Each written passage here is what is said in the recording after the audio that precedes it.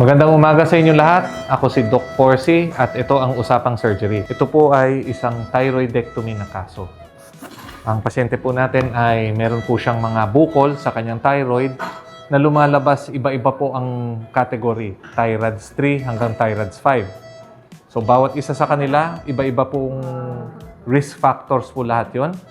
And then napag-usapan po namin ng endocrinologist niya at kami po sa surgery na best na natin tatanggalin. Both po yung kanyang kanan at kaliwang thyroid po apektado. Paolo Porciuncula, Sir John. Specifically po, yung ginagawa natin ay ang total thyroidectomy. Ito po ay isang open na procedure. May mga ibang paraan para magtanggal ng thyroid.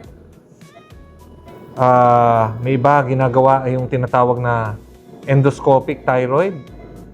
Maraming approach po yon. May ibang pong surgeons, ang pinapasukan po nila ay dito po sa may kilikili. Yung iba naman sa may breast area. At may iba naman, ang access ay mismong sa bibig ng pasyente. Ang goal po ng lahat ng ganong surgery is makarating po dito po sa pinaka-thyroid gland.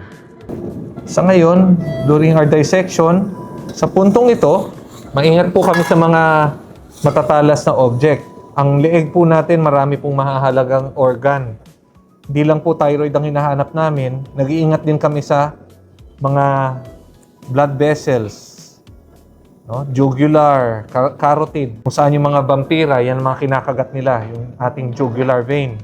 At sila po ay mahalagang blood vessel na pumupunta at umaalis sa supply sa ulo. Nahiwalay na namin yung strap muscles at ang nakikita na namin totally dito ay ang thyroid gland. Thyroid gland mukha siyang butterfly, nakaganyan yan.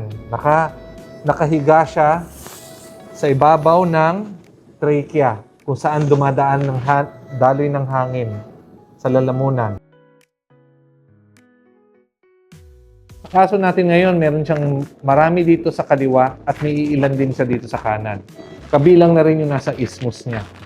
So, bawat isa doon, pwedeng isasabay-sabay na nating ibabiopsy pag natanggal sila.